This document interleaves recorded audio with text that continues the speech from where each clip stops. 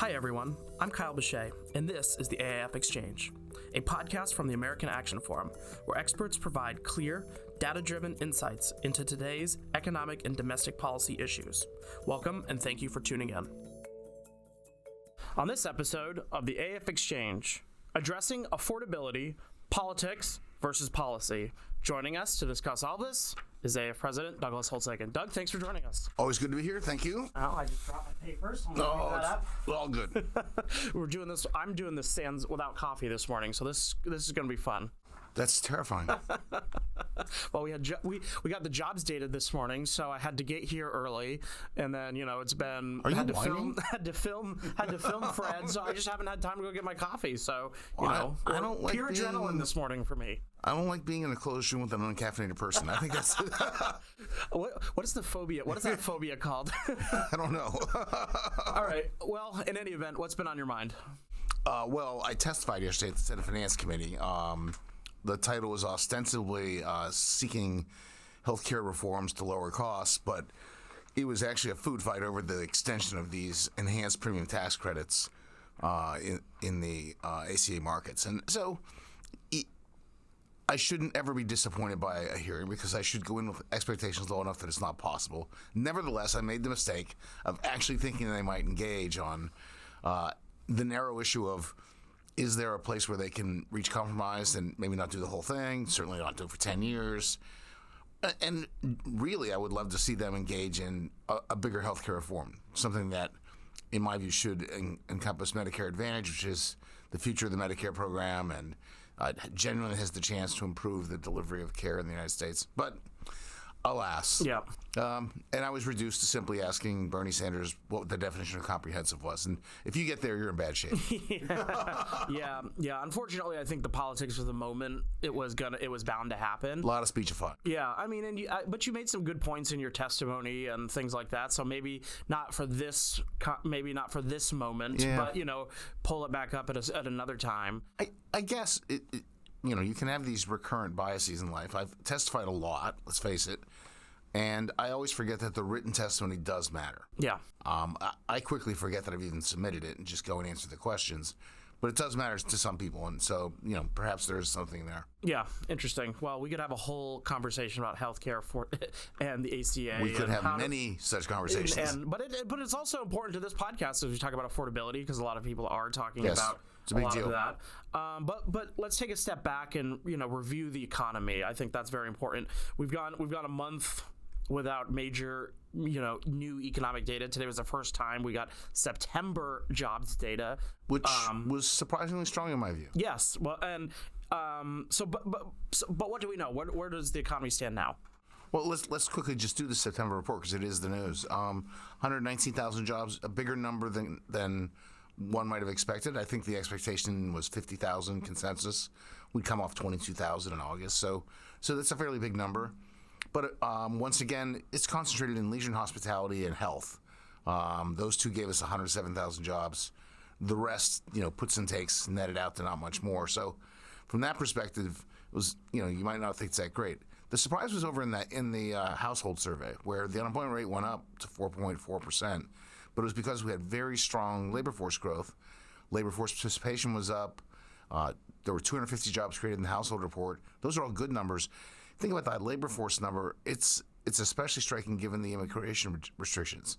It says that the folks who are here already chose to participate more. So that's sort of a development that people look for a long time. Mm-hmm. And so I take away from this the basic notion that of the two mandates, full employment and price stability, the price stability one is more endangered than the full employment one, and the Fed might want to recalibrate somewhat. Interesting. Yeah, but so what else do we know about the economy right now? I mean, the September jobs obviously is the only real data we have, but what do we?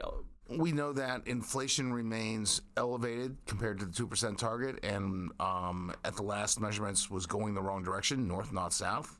I think the real issue there is just how far it goes before you can see the pass-through of the tariffs sort of get fully baked in, and then the Fed goes back to work and get it down.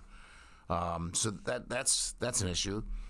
We really do need to see the GDP report, because we've been walking around with this simultaneous flat labor market, maybe a little stronger than we thought, and a GDP now estimate that's like 4%, which implies 4% productivity practically. So I want to know if that's for real. When they start adding it up and you start looking at the numbers, what did we get in the third quarter? Yeah. What about the Beige Book? Did that have any? Beige Book gave us the usual mixed prediction. Sure, we'll get one before the December meeting. That'll be useful. We've been getting the we got the New York index today, or the Philly. It was the Philly Fed index. That was flat. All right. So all of the manufacturing indices reveal that manufacturing has been in decline for 8 straight months and is not going anywhere. It's services, if anything, that are driving the economy. Yeah, a lot of people, the clear buzzword going around with the economy is of course affordability. Yeah. That's what everyone is talking about. That's the inflation thing. What are Americans seeing that has them so concerned? Well, healthcare costs, no question. We just got at AAF, we just got our healthcare quotes, and they're up double digits. So that's not a great feeling. You've got food costs, and Thanksgiving's coming. Everyone's repricing the Thanksgiving dinner, and it's up substantially, and so that's a concern. We've seen beef prices. You go across the board. There's a lot of concerns, and so this has become the takeaway from the off-year elections that Democrats did so well in. That the White House needs to be more concerned about the affordability issue. So they've been on a full-scale public relations mission, and I'd say the messaging they might want to think harder about. Yeah, I just you mentioned the holiday dinners are coming up, and I was just on the phone with my mother yesterday, and we were talking about how the price of beef tenderloin, how much that's gone up, and we might rethink our usual Christmas dinner just because of how costs are getting up there. So yeah, it is affecting people, especially this time of year. So this is very Biden-esque in its feel. I mean, I can't believe we're doing this again. The first response out of the White House was, no, that's not right. Costs are down. Yeah. Well, telling people they're wrong is not an effective messaging strategy. Okay, let's put that one aside. Then they went into the Biden guys went to greedflation and shrinkflation and all of these finger pointing exercises. We've seen a fair number of finger pointing exercises out of the White House. Yeah. On the beef, it's the meat packers. They had the Truth Social thing. They're colluding. I'm asking the DOJ to investigate. And Fred Ashton took a look at this for AAF, and there's a nice paper on the website. There hasn't been any real change in the top 4 firm concentration ratio in 40 years. Yeah. And so there's nothing that looks like it coincides with the rising price of beef. And if you look at the difference between what they pay farmers for cattle and what they get when they sell the meat, it's narrowed, not widened. So they're not somehow preying on people. And the explanations that he comes with are old-fashioned supply and demand. There was a drought, nothing to feed on, fewer cattle. There's also been some illness. It is what it is. Mm-hmm. Yeah, so that's one of the many proposals that are sort of coming out and we're hearing. So, politicians on both sides are, proposing a host of policies they claim will make America more affordable. What are some of these proposals? We just mentioned the DOJ meatpacking thing, and that will actually help to bring prices down. So if you have a high price problem, you have a supply problem.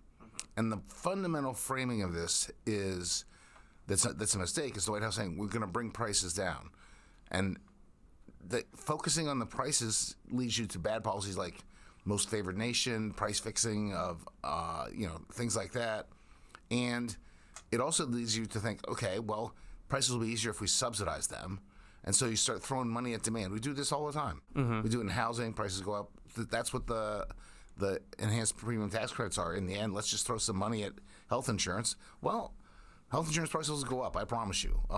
So they need to have a strategy which is genuinely broad-based increases in supply. Mm-hmm. And if you do that, think about the mechanics of it, that's a save, invest, grow, enhance the size and modernization of the capital stock.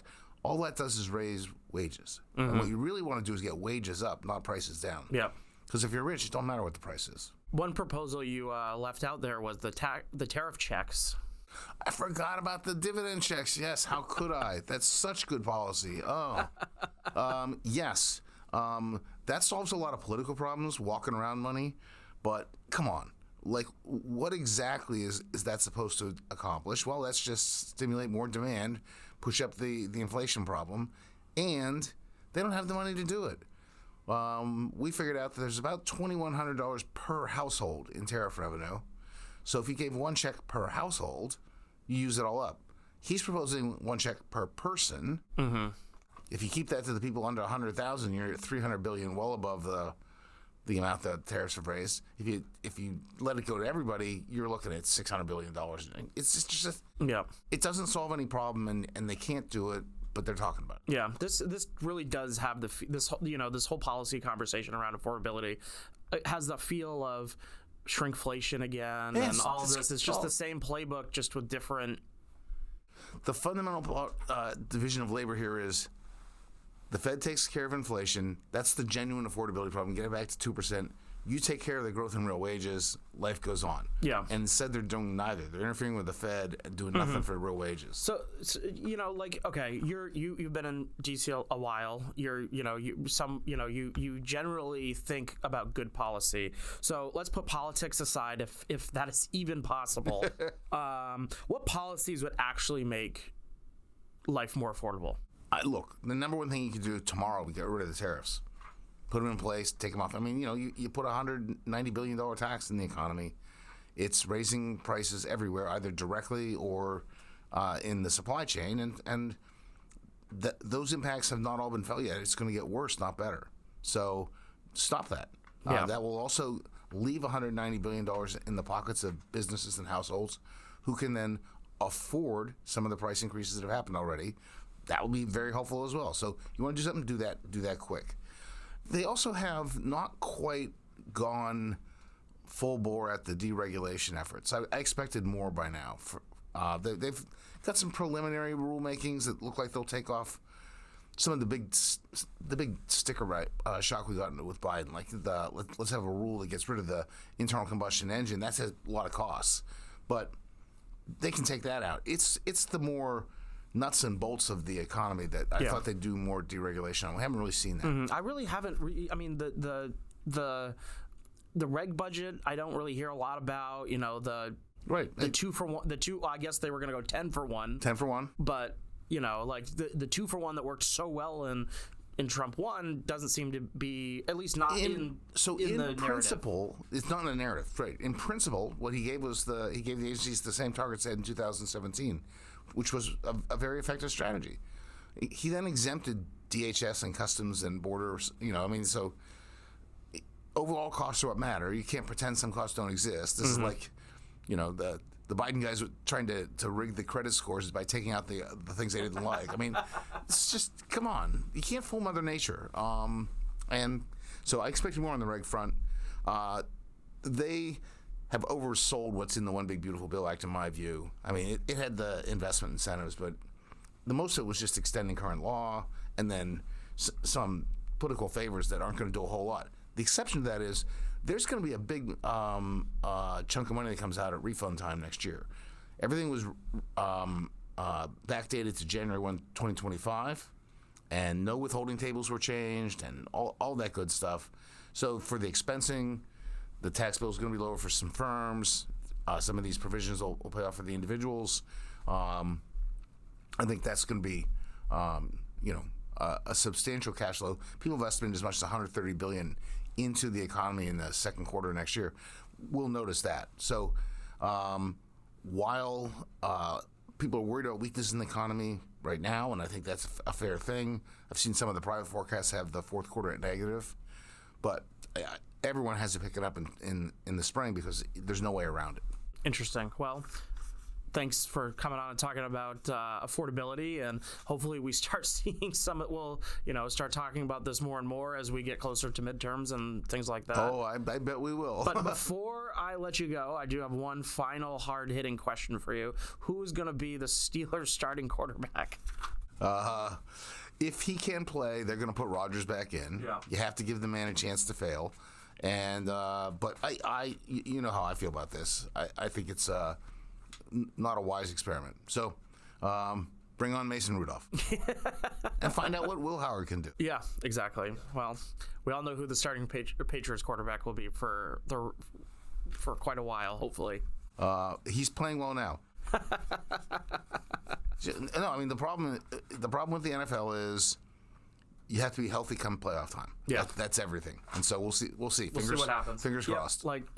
See it all the time. Well, Doug, this is our last podcast before the Thanksgiving break, so enjoy your Thanksgiving and happy Thanksgiving, everyone. And if you're traveling, then stay safe. May your Thanksgiving be affordable. I hope you enjoyed this conversation. Tune back in for our next episode, where our experts will provide clear, data-driven insights into today's economic and domestic issues. I'd also encourage you to check out any of the links in our show notes and also follow us on social media to learn more about AAF. Don't forget to subscribe on iTunes, Spotify, or Google Play.